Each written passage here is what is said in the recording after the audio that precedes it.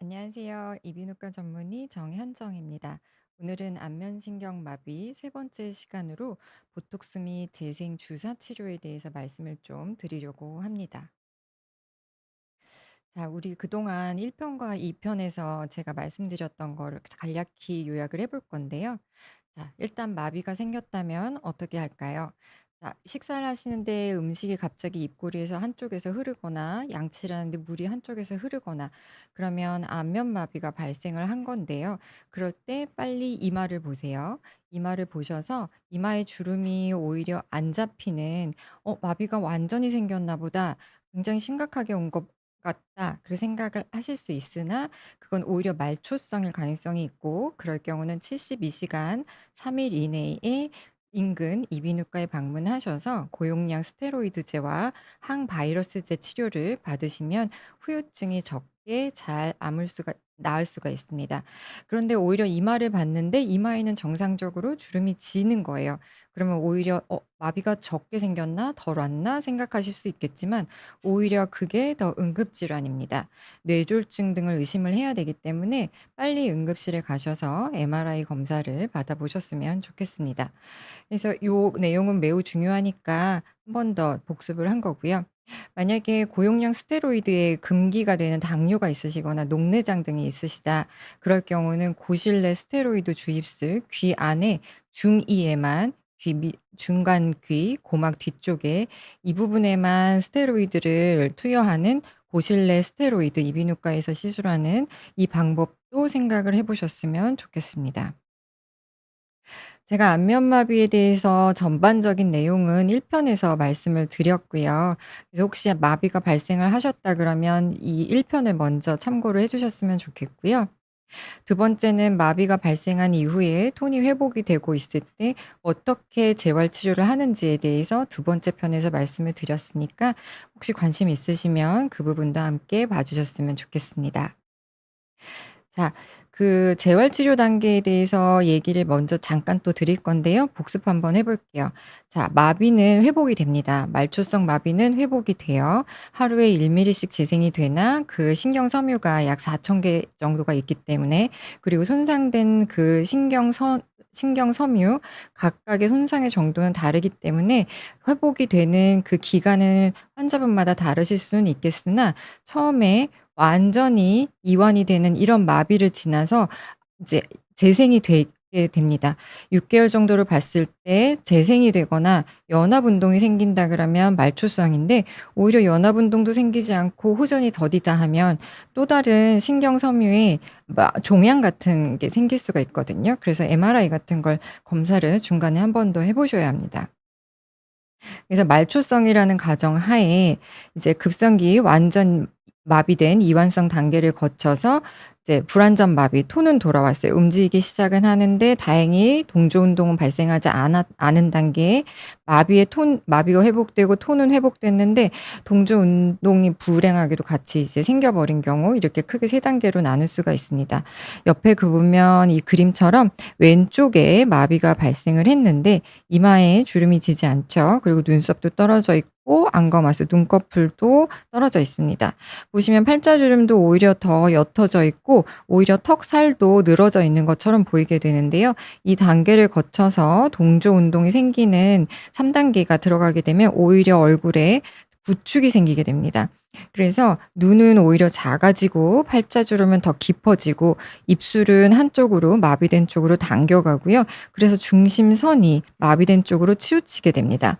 그리고 목의 광경근, 목 쪽도 이제 같이 수축이 되어 있는 상태가 되는 이 3 단계를 거치게 되어서 우리는 치료를 할 때 이 동조 운동이 생기지 않도록 하는 게 목적이기 때문에 그리고 만약에 생겼다고 하더라도 그걸 어떻게 잘 치료를 할 것인가 그게 관건이라고 보시면 됩니다. 자, 첫 번째 급하게 급성기 이완성 마비 단계가 생겼어요. 마비가 그러니까 생긴 직후죠. 그럴 때 환자분들은 아직까지도 저희 진료실에 오셔서 "아에 이오 우 그렇게 연습을 많이 해야 되냐."고 물어보시는 분이 계시거든요. 절대 하시면 안 돼요. 과도한 일상 표정은 절대 하시면 안 되는 건 다시 강조를 드리고요. 과도하게 움직여도 마비된 쪽이 돌아오진 않아요. 신경이 재생이 되는 시간이 필요하거든요. 그래서 그때는 그 일상적인 표정만 지으시고 운동은 하지 않으시는 게 나중에 연합 동조 운동이 발생하지 않게 되는 좋은 이제 방법이니까 꼭 기억해 주셔야 돼요. 과도하게 연습을 트레이닝을 시켜서 마비된 게 돌아올 거라고 생각은 처음엔 하지 마세요. 그리고 그 셀프 스트레칭 저는 연부 조직 가동수를 약하게 하는 정도를 권해 드리고 있거든요. 그 1 편에서 제가 그 말미에 이제 같이 시연을 하면서 보여 드렸었는데요. 셀프 스트레칭을 연부 조직 가동수를 이제 손을 살짝 피부에 대는 정도를 0 이라고 하면 터치를 0 이라고 하고 세게 꼬집는 걸 10 점이라고 가정을 한다면 약 1점 정도의 느낌이 되도록 근육이 수축되는 방향과 반대 방향으로 늘려줘서 마비된 쪽 같은 경우는 근육 쪽으로 혈류가 원활하게 돌아갈 수 있도록 도와주는 거고, 마비가 되지 않은 건강한 쪽 같은 경우는 과도하게 움직이고 있을 가능성이 높기 때문에 그쪽을 이완시켜 주는 좋은 스트레칭이 되겠습니다. 그래서 연부 조직 가동수를 약하게 하는 걸 권해 드리고요. 상완근 스트레칭 대부분이 눈이 감기지 않는 경우가 문제가 되거든요. 그래서 눈이 잘 감기게 하려면 눈썹을 잡고 눈 윗꺼풀을 늘려 주시는데 지그시 20 에서 30초 정도 이제 그 20 에서 30초 정도 늘려 주세요. 그리고 나서 하루에 한 두세 번 정도 그 이상 하셔도 되는데 하시면 직후에는 눈이 좀 잘 감기는 걸 느끼실 수 있으실 거예요. 그래서 상완근 스트레칭도 꼭 해 주셔야 되고요. 그 우리가 건측 스트레칭 한쪽 쓰는 쪽만 쓰게 되기 때문에 과도하게 힘이 들어가거든요. 그러면 이쪽에도 좋지 않기 때문에 건축도 같이 스트레칭 해 주시는 거 잊지 마시고요. 그리고 입꼬리가 힘이 없어서 식사할 때 불편하시거나 눈이 너무 안 감겨서 눈물이 너무 많이 나거나 각막에 손상이 될 수 있으니까 테이핑으로 보조를 해 주시는 방법도 좋습니다. 그리고 마비는 회복이 될 거예요. 근데 눈은 각막에 손상이 돼 버리고 나면 시력이 손상되면 돌아오지 않을 수 있기 때문에 눈 보호는 무조건 해 주셔야 되고 가장 중요한 사항이라고 생각하셔도 돼요. 그래서 눈을 감을 때도 자기 전에 눈꺼풀을 덮으시고 연고를 넣고요. 테이프로 살짝 이제 붙이시고 주무시면 됩니다. 그 이후에 톤은 돌아오기 시작했어요. 움직임은 시작이 됐고 다행히 동조 운동이 생기지 않았을 단계는 이제 서서히 얼굴이 이제 움직이기 시작하는 거죠. 그때는 "쪼끔 더 잘 움직여라." 하고 움직임 촉진을 시켜 주는 거고, 동조 운동과 구축 아까 그림 보셨죠? 이렇게 팔자주름이 진해지는 그 주름 그림. 그 합병증 등을 예방하기 위한 단계입니다. 그때는 연부 조직 가동수를 한 아까 말씀드린 1 점에서 하는 게 아니고 약 2-3점 정도 쪼끔 더 세게 해 주시고 이제 안면 신경근 재교육을 시작을 하게 됩니다. 이때는 무조건 봐야 하고요. 우리는 골격근은 우리 눈을 감고도 오른쪽 왼쪽이 어떻게 움직이는지 다 알 수가 있어요. 그리고 헬스장에서 이제 PT를 하실 때도 우리가 근육 어떻게 하면 어떤 근육에만 딱 힘이 들어가니 알 수가 있어요. 근데 얼굴 같은 경우 얼굴 근육은 절대 나는 웃고 있는데 큰 광대근을 쓰고 있어. 작은 광대근을 쓰고 있어." 알 수가 없어요. 그래서 늘 보고 거울로 시각적인 피드백을 받으시면서 연습을 하셔야 합니다. 그래서 이 두 가지 운동 꼭 이 시기에는 해 주셨으면 좋겠고요. 자, 근육 하나하나를 크게 생각했을 때 윗입술 위쪽으로는 광대근 쪽 위쪽에서 근육이 시작돼서 입술 쪽으로 붙고요. 종지를 하고요. 아랫입술 아래쪽은 턱에서 시작해서 입술 쪽으로 종지를 하게 돼요. 그래서 반대 방향으로 윗입술 위쪽은 입술 쪽으로 당겨 주시고 아랫입술 아래쪽은 턱에서 아랫입술 쪽으로 당겨 주시면 대충 방향은 맞거든요. 그 환자분들께서는 다 아실 수가 없으니까 제가 진료실에서 다시 다 세세하게 알려드리긴 하나, 만약에 온라인으로 비온디만 지금 신청하고 계신다면 약간 그런 컨셉을 조금 염두에 두시고 이제 동영상들을 보시면 좋을 것 같아요. 그래서 연부 조직 가동술로 근육의 혈류를 원활하게 공급을 해 주고 건강한 쪽은 피로도를 풀어 주는 거죠. 그 이후에 이제 재교육을 하게 됩니다. 얼굴 근육과 신경 근육의 이제 목표하는 표정을 짓기 위해서 이제 써야 하는 근육은 강화를 시키고 움직이지 않아야 되는 근육의 움직임은 또 억제를 시키는 거죠. 그러니까 결론적으로 표정이 없을 때와 표정을 지었을 때 건측과 환측이 대칭을 이루어서 예전처럼 보일 수 있도록 도와주는 거예요. 그래서 선택적으로 "어떻게 사용을 하십시오."라고 저희가 교육을 해 드리고요. 이때도 무조건 거울 필요합니다. 이때의 기본 원칙 3S 지난번에도 말씀을 드렸는데요. 우리가 아까 처음에 제가 생활의 표정보다 과도하게 짓지 말라고 말씀을 드렸잖아요. 요거를 기억을 해 주시면 좋을 것 같아요. 스몰, 한치기 무리되지 않을 정도로 작은 움직임, 그리고 슬로우 천천히 제어할 수 있는 정도, 시메트리 대칭적으로, 즉 마비된 쪽을 기준으로 해서 건축을 움직이려고 하시면 이해하기가 쉬우실 거예요. 그래서 우리가 마비에서 회복이 될 때는 무조건 3S, 작게 천천히 대칭적으로 잊지 마시고 이렇게 운동을 해 주십시오. 병원에 오시면 저희는 근육 하나하나마다 이제 교육을 다시 해 드리거든요. 어떻게 움직여야 되는지도 알려 드리고 근육이 올바르게 수축을 할 수 있도록 이제 저희가 물리치료를 하고 있습니다.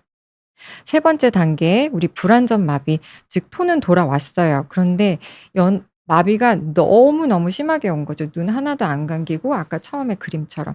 그럴 경우는 사실 연합 운동이 생길 확률이 되게 높아요. 그래서 그럴 때 이제 다른 이제 자극적인 치료를 받게 되면 연합 운동을 오히려 촉진시키는 거라 절대 안 하셨으면 좋겠고요. 자, 요렇게 한쪽 반측 얼굴이 당겨졌어요. 구축이 생겼어요. 근데 요 SB 라인이라고 그래서 연합 동조 운동, 연합 구축 B가 생기게 되거든요. 그러면 근육은 이쪽에서 시작하고 이쪽에서 시작한다 말씀을 드렸는데 이 근육의 끝에 쪽들이 뻣뻣해지는 구축이 많이 이쪽 라인을 따라서 이제 형성을 하게 됩니다. 그래서 이런 경우 저희는 이제 주사 치료들을 병행을 하고 있는 거고요. 이렇게 눈을 감는데 턱이 비정상적으로 움직인다거나, 근데 주로 입꼬리가 같이 실룩실룩하는 경우가 많죠. 그래서 저희가 이럴 때 얼굴에 이제 보톡스 치료를 하게 되는데 급성기 때는 건측의 긴장도가 너무 높아서 입이 한쪽으로만 딸려가게 되면 이쪽의 톤을 잠깐 낮춰 주기 위해서 보톡스를 사용을 하고요. 만약에 연합 동조 운동이 생겼다고 하면 동조 운동은, 즉 불필요한 수축은 억제하기 위해서 보톡스를 치료를 하게 되는데, 이럴 때 이제 근육이 여러 가지 이제 종류 굉장히 작고 다양하고 층도 4 개의 층으로 되어 있기 때문에 되게 조심스럽게 접근은 사실 하게 됩니다. 그리고 눈물이 굉장히 많이 나는 경우도 있거든요. 그럴 때도 보톡스로 눈물을 좀 적게 나게 도와주기도 합니다. 그 외에도 이제 깊은 주름이 안면마비 때문에 생겼을 경우 병변측과 건강한 쪽을 이제 조화를 맞춰서 보톡스 조절을 해서 이제 치료를 하게 됩니다. 이건 이제 제가 시술했던 보톡스 병들이고요. 이렇게 해서 하면 이렇게 한쪽으로 지금 구축이 온 이쪽 얼굴, 저는 저희 환자분 사진은 쓰지는 않고 자 논문으로 가져온 건데요. 자, 한쪽이 움직이지 않고 당겨졌고 왠지 오른쪽 왼쪽 다르잖아요. 근데 보톡스를 치료를 하게 되면 이렇게 대칭이 좀 맞아 보이게 됩니다. 근데 물론 이제 연합 운동이 생길 경우는 보톡스는 계속 맞으셔야 되는 건 사실이고요. 그런데 우리 보톡스라고 하면 사실 미용을 먼저 생각하시기 때문에 조금 하대하시는 경향이 있으셔서 제가 "보톡스는 치료제다."라는 걸 말씀을 드리려고 오늘 보톡스에 대해서 내용에 대해서 좀 준비해 왔거든요. 그래서 지금부터 이제 설명을 좀 드리도록 하겠습니다. 보톡스는 미용 물질로 처음에 개발된 게 아니고요. 이제 독소로 시작을 해서 이제 발견이 된 물질인데요. 보톡스는 처음에는 이제 유럽에서 소시지나 이제 고기를 저장하는 과정에서 잘못된 저장 방식으로 인해서 이제 보툴리듐균이 이제 발생을 하게 되고 거기서 독소가 생겨 가지고 식중독이 생겼는데 잘못 먹었는데 신경학적인 증상이 생기면서 이제 발견을 하게 된 거예요. 그걸 처음에 눈치를 챈 분이 독일의 이제 케르너라고 하는 의사이자 시인인 분입니다. 독일의 이제 작곡가 슈만이란 분이, 이분의 시가 외모는 그렇게 이렇게 섬세하게 생기진 않으셨는데 이분의 시가 아름다워서 이분의 이제 곡을 붙인 거예요, 시에. 그래서 그런 곡도 있고 굉장히 재능이 많았던 분인 것 같은데 별명은 소시지 케르너입니다. 왜냐하면 이제 소시지 중독증에 대해서 발표를 했거든요. 왜 잘못 먹었는데 배탈이 나거나, 즉 배가 아프거나 설사하거나 변비가 있거나 뭐 이렇게 구토가 생겨야 되는데 갑자기 사물이 두 개로 보이는 복시가 생긴다거나 아니면 침이 마른다거나 침이 나오지 않는, 그리고 구음, 발음이 되지 않는다거나 호흡이 되지 않고 심장마비로 사망하는 일까지 생긴 거예요. 그럼 이건 이상한 거잖아요. 잘못 먹었는데. 그래서 그 원인에 대해서 이제 연구를 하다 보니 '아 이 원인은 독소다. 신경 독소일 거다.'라고 이제 아이디어 제공을 한 거고, 나중에 이후에 과다 운동증, 신경학적인 문제가 생긴 과다 운동증에 이제 치료제로도 쓰일 수 있을 거다라고 예언을 1800 년대에 했어요. 자, 여기서 라틴어로 소세지가 바로 보툴러스예요. 그래서 우리가 흔히 말하는 보톡스의 어원은 이 라틴어 소세지에서 나온 겁니다. 근데 이제 소세지 중독증과 보툴리누스 중독증, 이제 보툴리즘이라는 게 있는데, 요거는 이제 그때 당시에 소세지 음식으로 인해 생겼을 때 이제 그 병명을 말하는 거고, 그 보툴리듐 균에 의해서 이런 증상이 생긴다라는 게 훗날 밝혀졌잖아요. 그래서 이제 뭐 흡인을 한다거나 아니면 이제 상처로 감염이 된다거나, 그리고 영아들이 꿀을 먹었을 때 생기는 그런 보툴리누스 중독증을 뭐 통칭해서 보툴리즘이라고 부르고 있습니다. 근데 이게 굉장히 치사량이 높은 치명적인 독소거든요. 1 그램으로 150만 명이 사망할 수 있고요.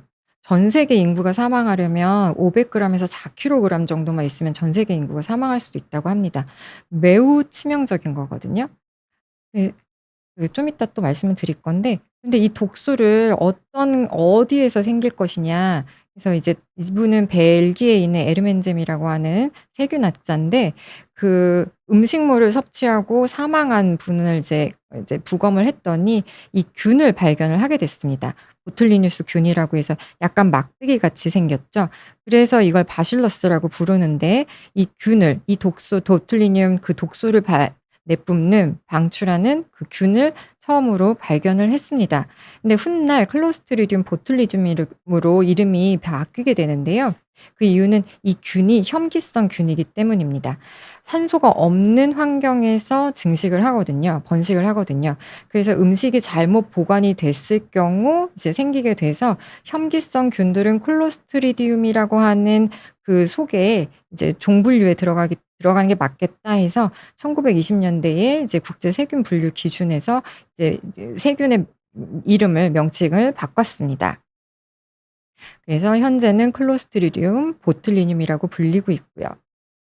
그런데 이제 아까 치명적인 독소라고 말씀을 드렸잖아요. 그러니까 미군에서 당연히 연구를 했죠. 인터넷도 미군에서 먼저 개발을 한 거잖아요, 사실은.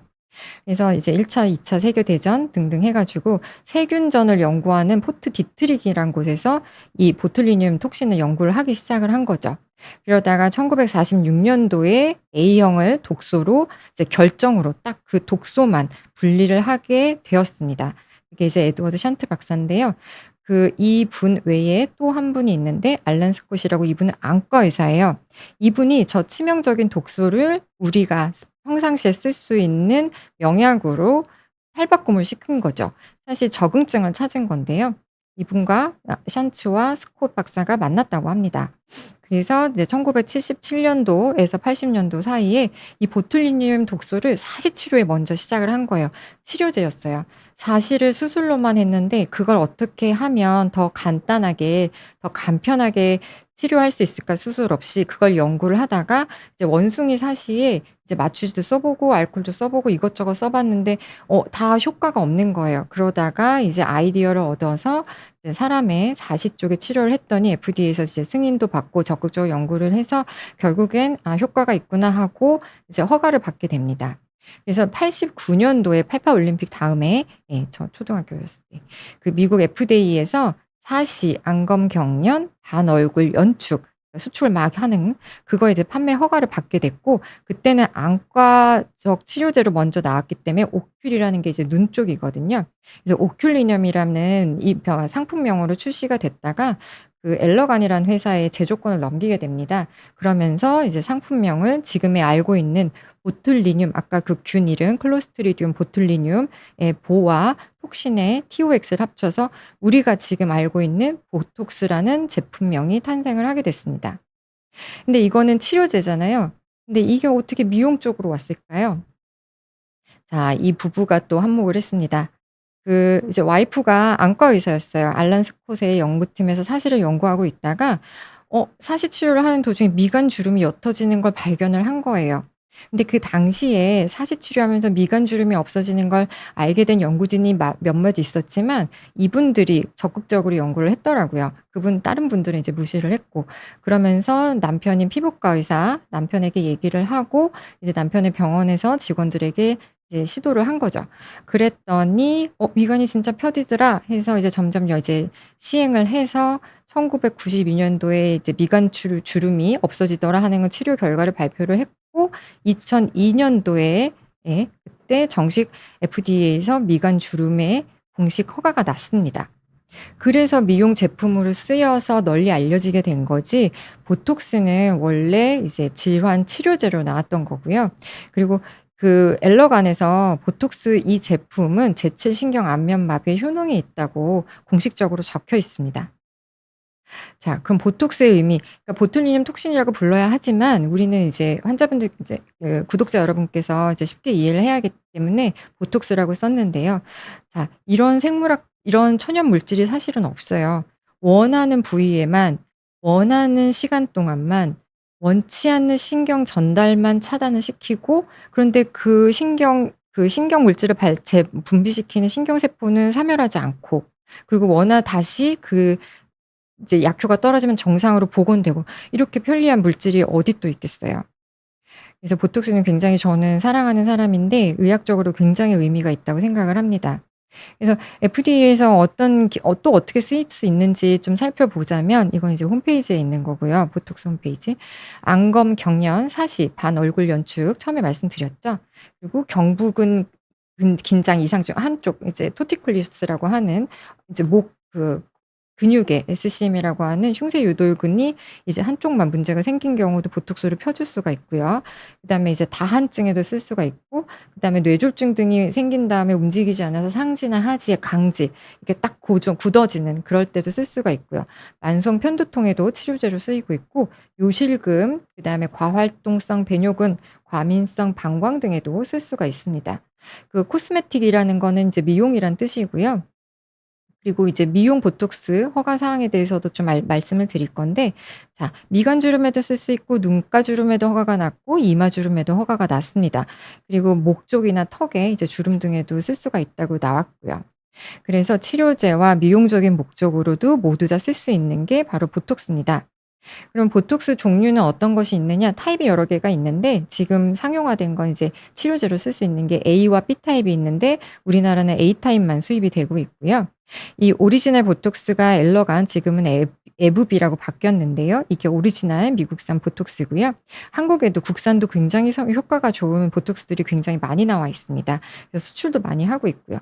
그리고 내성이 적다고 알려진 독일산 제오민도 많이 들어보셨을 건데요. 이 차이점은 원래 이제 톡신이 신경 독소가 150 킬로달톤 정도 되는데 그 외에 그 신경 독소를 안정화하기 위해서 비독소 단백질을 붙이게 되는데요. 그 비독소 단백질 때문에 내성이 생길 수 있지 않나라는 이제 컨셉에서 나온 건데 사실 내성이 그렇게 쉽게 생기지는 않습니다. 그래서 이 제품 두 가지의 차이는 이제 신경 독소만 있다, 신경 독소를 감싸는 비독소 단백질이 같이 있다라는 것뿐이지 효능 효과 차이, 내성이 막 그렇게 많지는 차이는 없는 걸로 알고 있습니다. 그리고 2023 년도 당시에 우리나라에 지금 유통되고 있는 제품들이 이렇게 여러 개가 있어요. 그래서 이제 이제 요건 나중에 한번 또 찾아보시면 되고요. 여기서 오리지널 보톡스에 "제칠신경 안면 마비에 효능이 있다."라고 나와 있습니다. 그럼 보톡스는 어떻게 효과를 낼까요? 막 되게 많이 적어 놨잖아요. 일단 첫 번째 줄 볼게요. 아세틸콜린의 분비 억제. 분비를 어떻게 억제를 할까요? 아세틸콜린이 뭘까요? 자 우리가 신경이 자율신경계라고 있어요. 교감신경과 부교감신경 많이 들어보셨죠? 교감신경은 막 흥분을 하는 거예요. 막 싸울 태세를 하는 거고 부교감신경은 편안한 릴렉스 그러니까 이제 식사 다 하고 편하게 소화시키면서 이제 안정화를 시키는 건데 이 부교감 신경의 말단에서 아세틸콜린이 나오게 됩니다. 그럼 근육에 이제 명령을 내리고 있는 신경이 이렇게 닿고 있겠죠. 그러면 이 신경 말단을 보면 신경이고 근육이 있는데 요 틈이 있어요. 이걸 시냅스 틈이라고 하는데 자 동영상을 한번 보실게요. 이 신경 말단에서 소포에서 이제 세포막이 융합이 되면서 아세틸콜린이라고 하는 물질이 근육에 닿게 근육을 수축을 시키게 됩니다. 그런데 보톡스가 들어가면 세포막에 있었던 스네어라고 하는 이제 그 세포막 단백질에 작용을 해서 이제 아세틸콜린이 지금 여기 소포체가 있잖아요. 그래서 이렇게 분비가 돼서 근육에 닿아서 수축을 시켜야 하는데 이걸 못하게 해 주는 거예요. 보톡스가 들어갔죠. 세포막에서 스네어 다음 리셉터를 이제 문제를 일으키게 돼서 아세틸콜린이 신경 말단으로 분비를 못하게 하는 거예요. 그래서 수축이 되지 않게 만드는 거거든요. 그래서 이제 근육을 마비시켜서 이제 미용적으로는 "주름이 지지 말아라." 하는 건데 우리는 연합 동조 운동, 과도한 수축, 필요 없는 수축이 막 가는 근육에 대해서 필요한 정도만 보톡스를 놔서 수축이 생기지 않게 연합 동조 운동을 막는 거죠.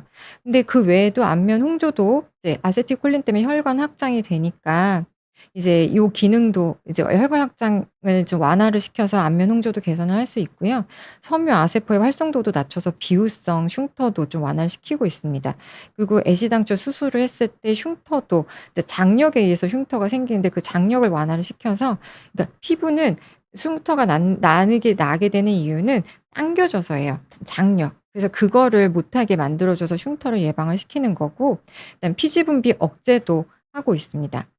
그리고 이제 건선 치료에도 서브스탄스 P와 CGRP라고 하는 단백질인데 이것도 차단을 시켜서 건선 치료에도 도움을 주고 있다고 하고요. 그 외에도 편두통이나 3차 신경통에도 지금은 쓰기 시작하고 있습니다. 그럼 이 보톡스를 잘 놓으려면 어떻게 해야 될까요? 당연히 안면근 해부학은 알아야죠. 근데 그건 저희가 하는 일이니까요.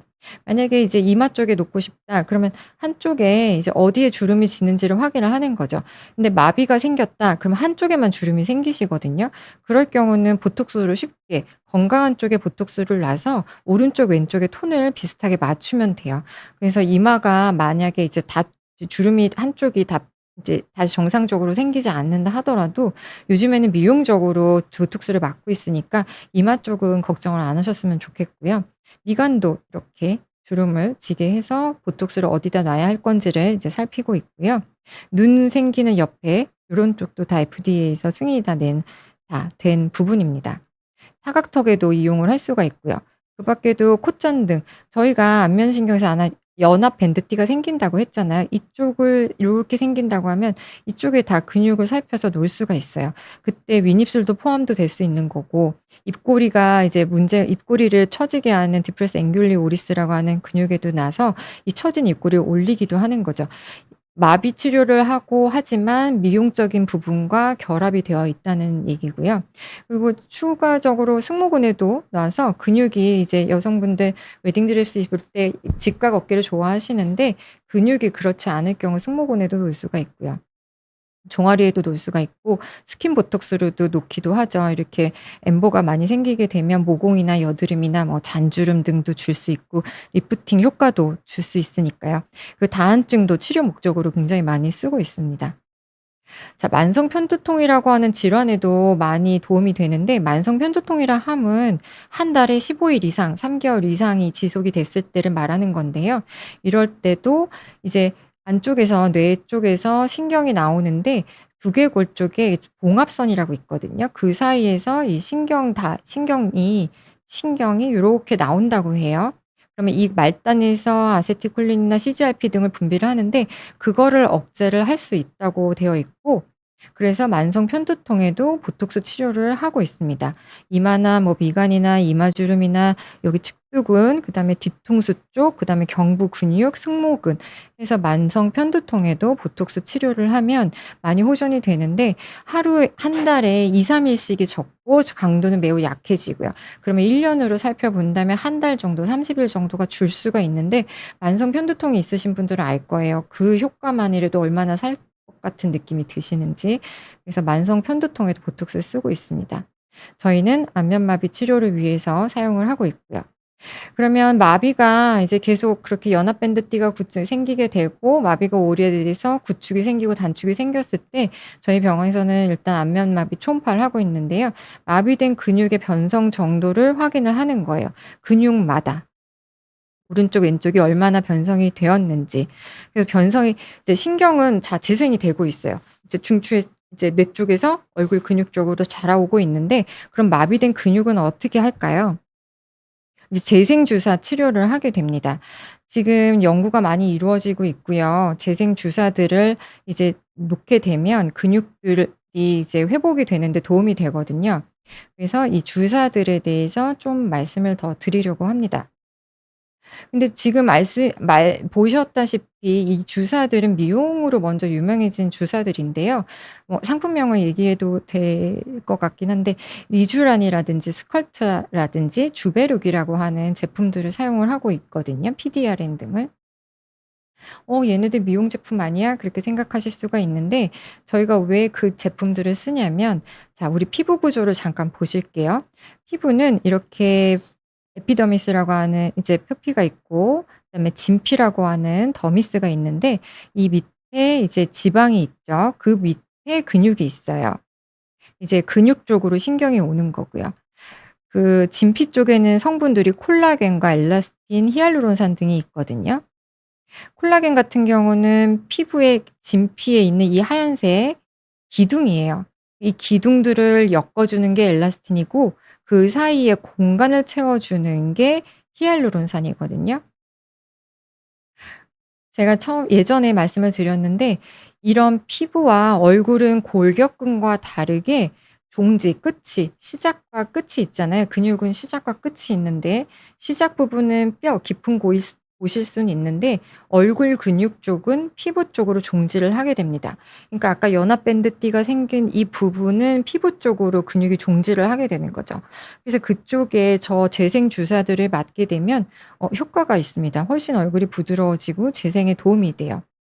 당연히 이 층층이 있을 거 아니에요. 우리 피부가 있고 그 밑에 이제 살들이 있고 뼈가 있고 그런데 얼굴 근육은 이 근육이 피부 쪽으로 종지를 하게 된다.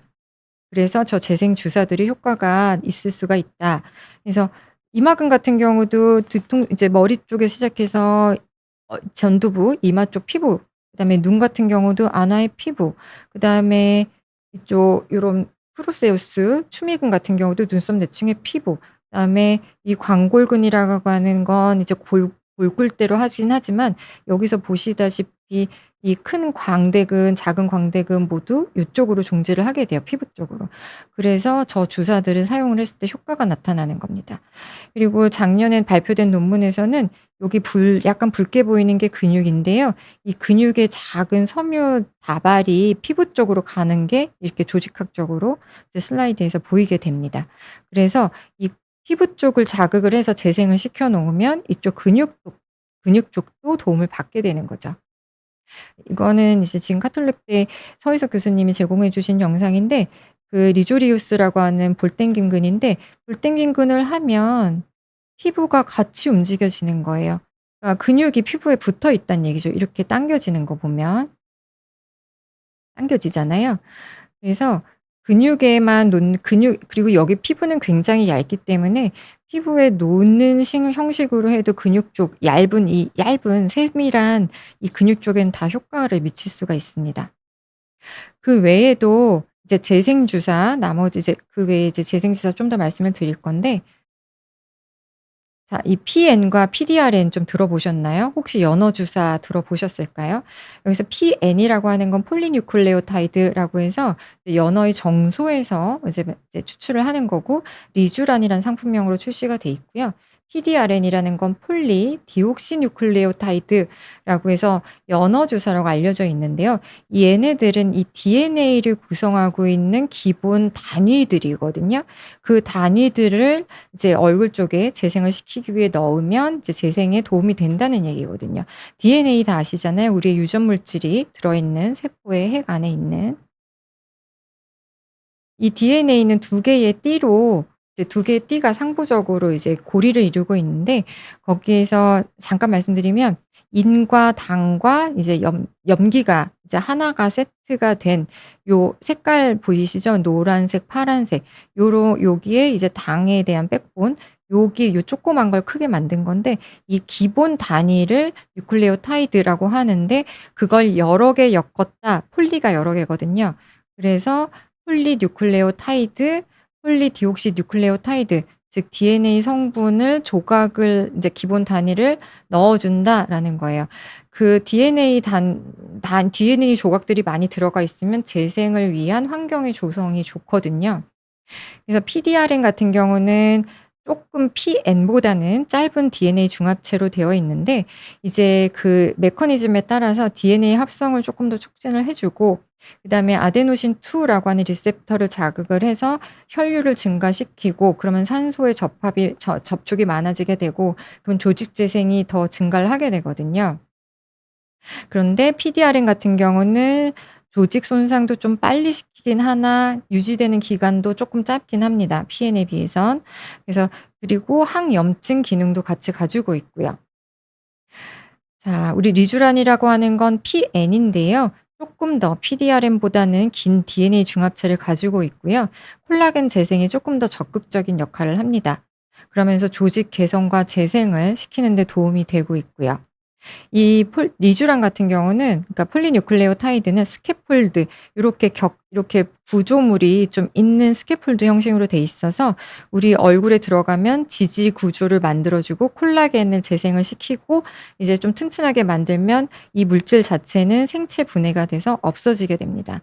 영원한 거는 없고요. 뭐 이제 다 생체 분해가 돼서 없어지게 돼서 재시술을 하실 수밖에는 없는 상황이 되죠.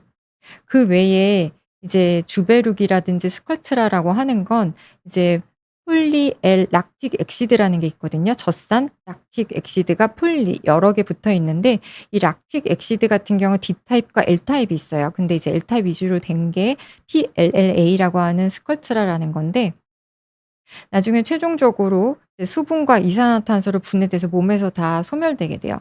근데 이 스컬트라의 전자미세 현미경 사진을 보면 약간 납작하고 뾰족한 경향이 있어요. 그래서 조직 안에 요거는 스컬트라는 처음에는 에이즈 환자의 안면 지방 위축증에 쓰는 제품이거든요. 그때 허가가 FDA에서 난 건데 이 제품이 들어가게 되면 이 물질이 들어가게 되면 이제 원하는 부분에 고정이 참 잘 돼요.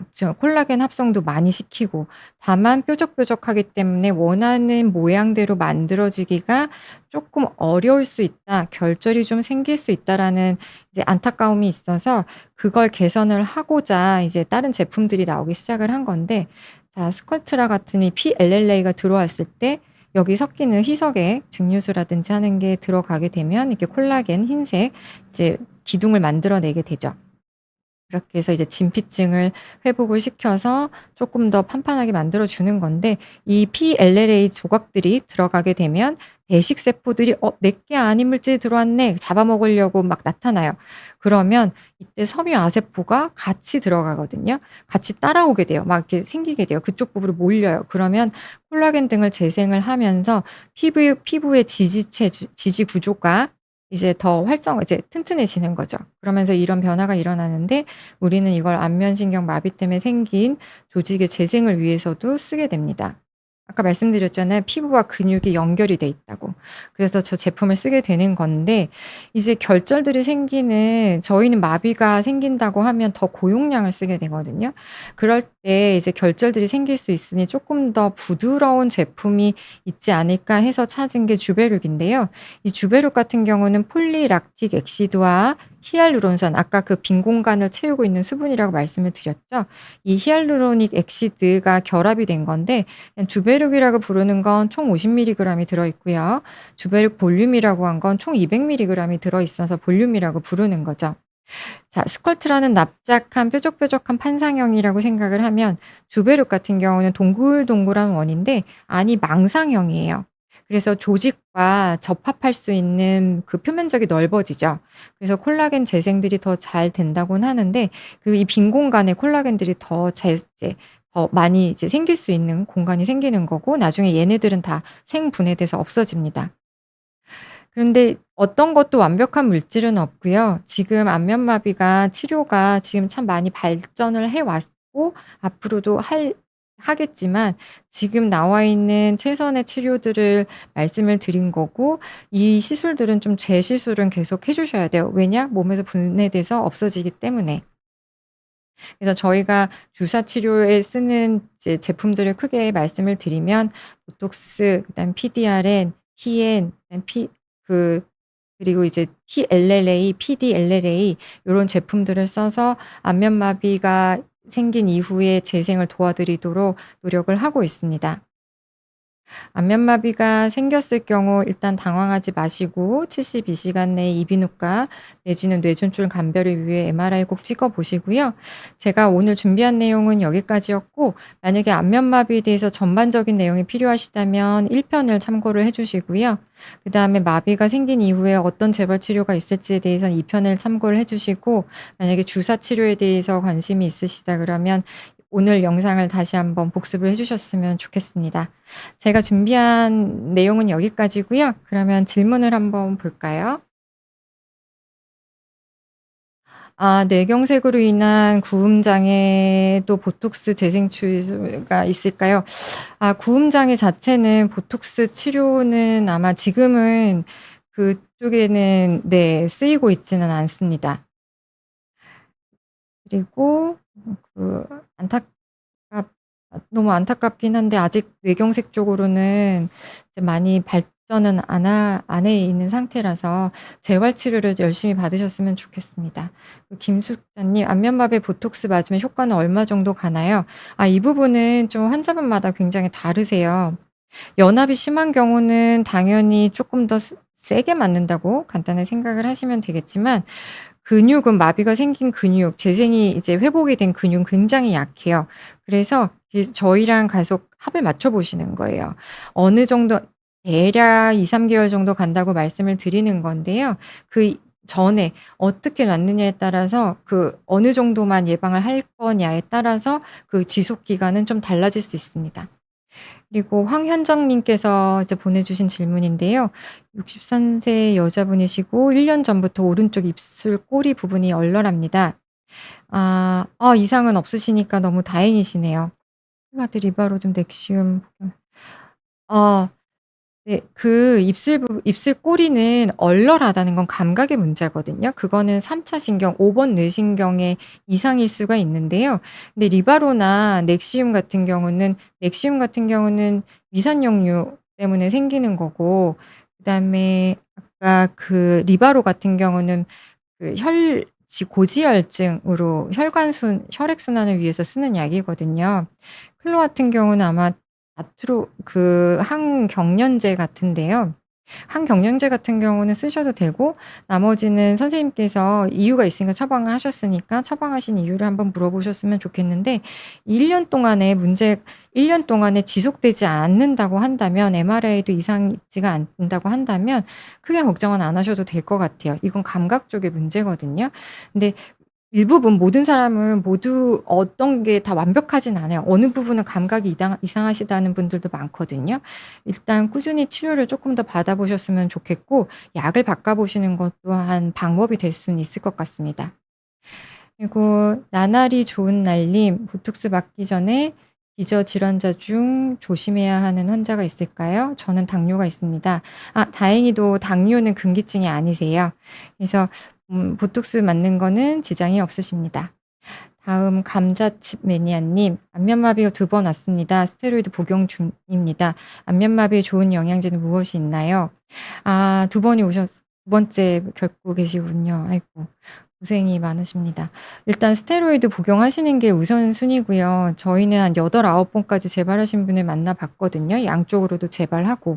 그러니까 안면신경은 말씀드린 것처럼 바이러스 감염 때문에 신경절에 잠복해 있다가 나오는 경우가 많기 때문에 첫 번째는 나의 면역으로 바이러스가 재활성화되는 걸 눌러줘야 되거든요. 그래서 내 몸이 튼튼해지는 거 그게 첫 번째고요. 그다음에 영양제로 도움이 될 수 있는 건 이제 비타민 B 계열이 신경에 좀 도움이 된다고 하거든요. 그리고 이제 말초 혈액순환 개선제 등 기넥신 같이 진코 성분으로 된 약품들이 좀 도움이 되나 다 입증된 건 아니고요. 그래서 내 몸이 튼튼할 수 있게 하는 면역력 내 몸으로 면역은 증진하셔야 돼요. 밖에서 무슨 물질을 섭취한다거나 남의 도움으로 면역력이 증가되지는 않습니다. 그래서 마비가 있는 단계에서는 과도한 운동 등은 안 되시니까 마비가 풀린 다음에 적극적으로 내 몸을 활용해서 운동 등도 하시고 식사도 규칙적으로 좋은 성분으로 해서 드시는 게 오히려 사실은 좋거든요. 그리고 철기 님 안녕하세요. 강남에 있는 성형외과에서 눈밑 지방 재배치라는 성형 수술 후 10 개월이 지났는데 아직도 눈밑과 코 옆쪽이 당기고 조이는 통증이 남아 있습니다. 눈 감을 때도 자꾸 당기는 느낌이 서 항우울제와 리보트릴을 복용하고 있습니다. 혹시 치료 방법이 있을까요? 이 부분에 대해서는 수술 후에 생긴 증상이시라서 제가 말씀드릴 수는 없을 것 같고요. 수술하신 병원 선생님과 다시 한번 상담을 받아 보셨으면 좋겠는데요. 아무래도 수술하고 나서 이제 그 한 조직이 일부 잠깐 이제 변화가 있었잖아요. 그래서 그 부분을 좀 풀어 주셔야 되기 때문에 아까 말씀드린 재생추 주사 치료 등에 대해서 성형외과 선생님들과 한번 상의를 나눠 보시는 게 어떨까 싶습니다. 그리고 제가 아까 미처 말을 못 드렸는데 스컬트라 이제 리쥬란 같은 경우는 저희가 그 자입점에만 짧은 바늘로 시술을 하고 스컬트라 같은 경우는 연압이 있는 그 밑에 약간 박리를 하게 되거든요. 그래서 마비가 연압 구축이 심한 조직을 조금 끊어 주면서 거기에 이제 물질을 주입해 주면 조금 더 연압이 감춰지는 효과가 있어서 저희가 그런 물질을 쓰고도 있습니다. 그리고 기훈이 형님 임신을 했는데 혹시 스테로이드 많이 맞으면 유전적인 영향이 있을까요? 임신하셨을 때 스테로이드는 금기이시긴 하지만 임신 자체가 아기한테 해가 되지는 그 그러니까 아기 태아한테 안면신경 마비가 이제 문제를 일으키지는 않는다고 되어 있으니까요. 고건 산부인과 스테로이드제는 어 근데 이 말씀이 이제 임신을 하신 뒤에 맞으신 건지 임신하기 전에 맞으신 건지 그게 좀 제가 헷갈리긴 하는데 요거는 스테로이드를 많이 맞으시면 부득이 이제 필요한 경우가 아니라 그러면 조금 유전적인 영향까지는 없긴 하겠지만 그래도 좋지는 않을 것 같습니다. 음. 그러면 더 질문이 없으시면 저의 강의는 오늘 여기까지 해서 마무리하도록 하겠습니다. 시청해 주셔서 감사합니다.